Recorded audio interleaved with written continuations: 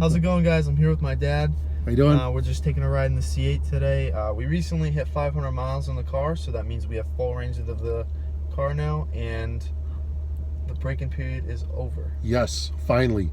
So after the 500 miles, we can go up to the 6,500 RPM red line, which is awesome.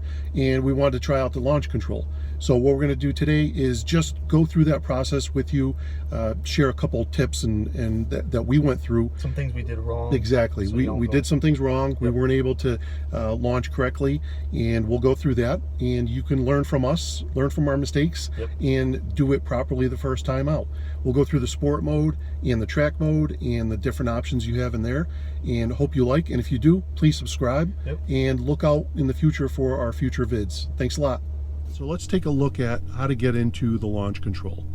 So as you can see, I'm in track mode already, and what you do is go ahead and press the traction control here twice, just like that, and you can see that the window pops up over here.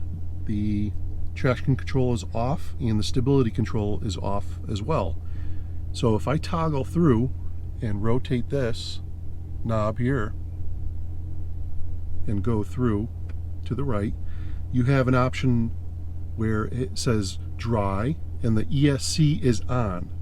Okay, so that stability control is still on. If I do it one more time, Sport 1, it has the ESC on as well, but it gives you a little bit more power to the engine. Sport 2, the ESC is off, but it has the same amount of power. Race, the ESC is off, and it gives you the most amount of power it can. So it's ready to go. So at this point, all you got to do is put your foot on the brake, and what we did wrong is not press on the brake enough. If you don't, it's basically going to go to about 1700 RPM, and you get a bad launch. It revs very high, the gearing is not optimal, and you basically just start sliding. So what happens is, if you do it correctly, you press on the brake firmly and you press on the accelerator down to the floor, and you'll get down to 3500, which I will show you in a second.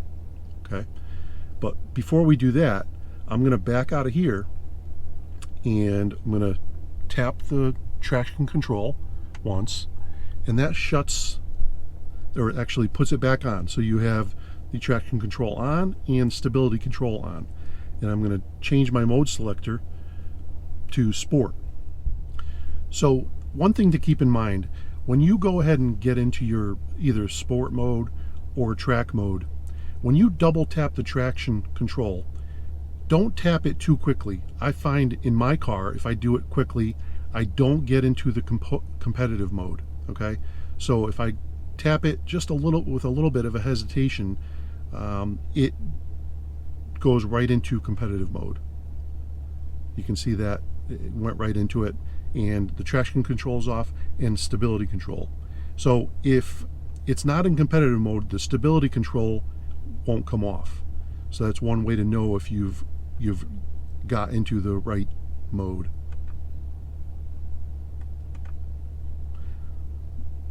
Here I just demonstrated how not to do it, and you can see I double tapped it and the traction control is off. However, the stability control is still on, so it's not in launch mode. So I'm going to tap it once, get out of it, tap it twice, but not too quickly, and you could see the ESC competitive mode is on, and I am ready for launch control at this point. So if I tap it one more time and go to track mode,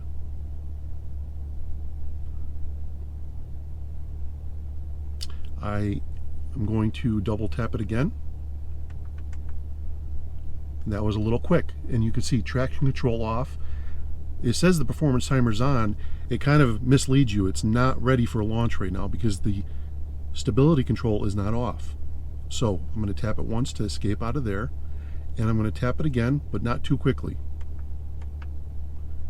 And you can see here it goes into the performance traction options. So you can toggle with your dial at that point through the wet, dry, which again I talked about that earlier. The next thing you want to do is make sure that you reset your performance timer. I've done this a couple times and I did not reset it, and I did not get an actual reading, so you kind of waste your launch.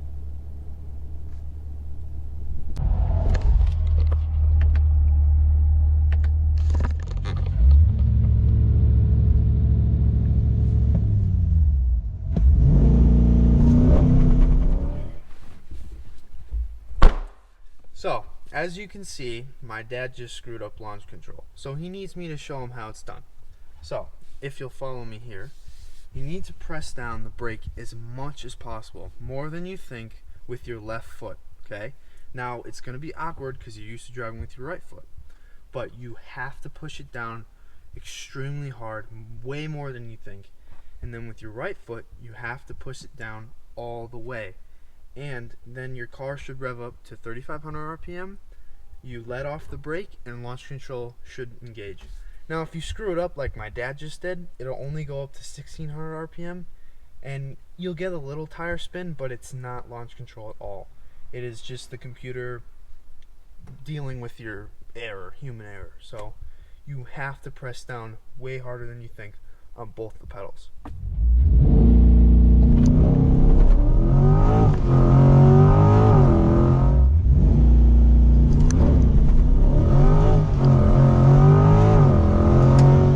So I just got back from making a bunch of launch runs in both the sport and the track mode.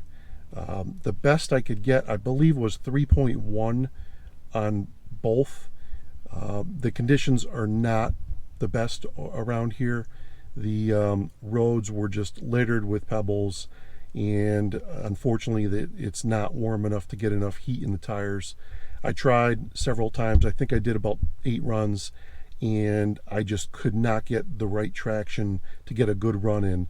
I know I can get better, but because the tires were slipping a lot, I know I can get like 2.8, 2.7 like a lot of the other people are getting in their best runs.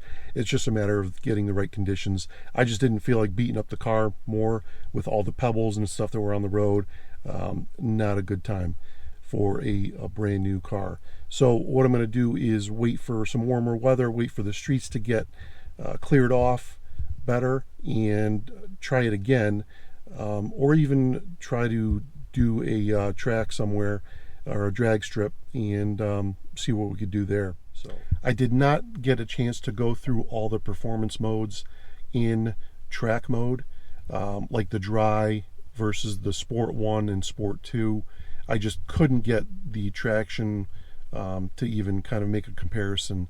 So I think when we get some better road conditions, we'll definitely try that again and see how much difference there is between the different performance modes within track mode.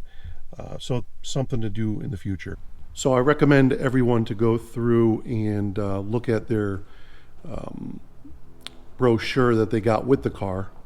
This is the performance features brochure that you get with your 2020 and 2021 Corvette.